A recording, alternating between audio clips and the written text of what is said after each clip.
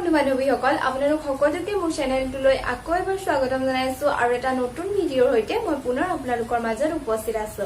তো বন্ধু বান্ধৱীসকল আজি মই আপোনালোকৰ লগত খৰ খজুৱতি কেনেদৰে ভাল কৰিব পাৰে তাৰ বাবে কেইটামান টিপছ দিম আৰু এইকেইটা যদি আপোনালোকে ইউজ কৰে তেতিয়াহলে অতি সোনকালে পুৰণিতকৈ পুৰণি খৰ খজুৱতি আপোনালোকে ভাল কৰিব পাৰিব।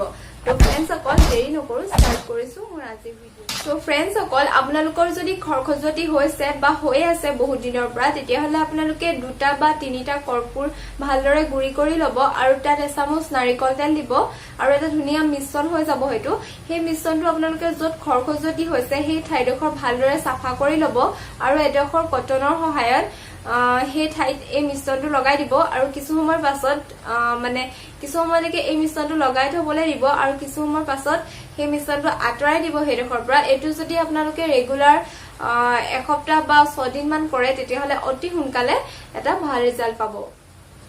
দ্বিতীয়তে আপোনালোকে এল'ভেৰা পাতৰ ভিতৰত থকা জেলটো উলিয়াই লব আৰু তাত নেমু আৰু কৰ্পূৰ দি পেলাই এটা ভালদৰে মিশ্ৰণ বনাই লব আৰু সেই পেষ্টটো য'ত খৰ খজুৱতি হৈছে সেই ঠাইডোখৰ ঠিক আগৰ গতেই চাফা কৰি তাত যদি এই পেষ্টটো লগাই আৰু কিছু সময় ৰাখি দিয়ে তেতিয়াহলে অতি সোনকালে এটা ভাল ৰিজাল্ট পাব।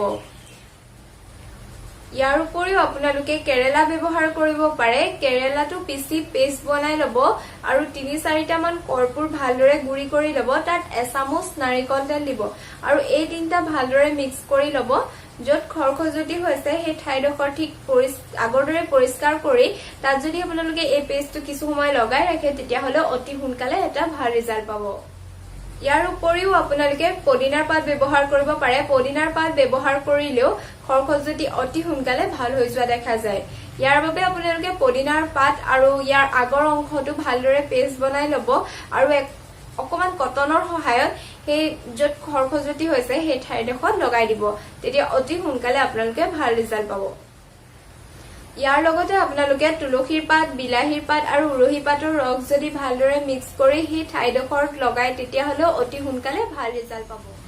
তো ফ্ৰেন্ডছ অকল এইকেইটাৰ ভিতৰত আপোনালোকে যিকোনো এটা কৰি চাওক আৰু অতি সোনকালে খৰ আপোনালোকৰ ভাল হৈ যোৱা দেখা পাব। তো ফ্ৰেন্ডছ অকল এইকেইটাই আছিল মোৰ আজিৰ ভিডিঅ'। যদি ভিডিঅ'টো ভাল লাগিলে তেনেহলে লাইক, কমেন্ট, শ্বেয়াৰ কৰিব, লগতে কাষতে থকা বেল আইকনটো প্ৰেছ কৰি দিব যাতে আপোনালোকে মোৰ নতুন আপডেটসমূহ পাই থাকে আৰু মোৰ চেনেলটো ছাবস্ক্ৰাইব কৰিবলৈ নাপাহৰিব। তো পিছত লগ পাম এটা নতুন ভিডিঅ'ৰ সৈতে।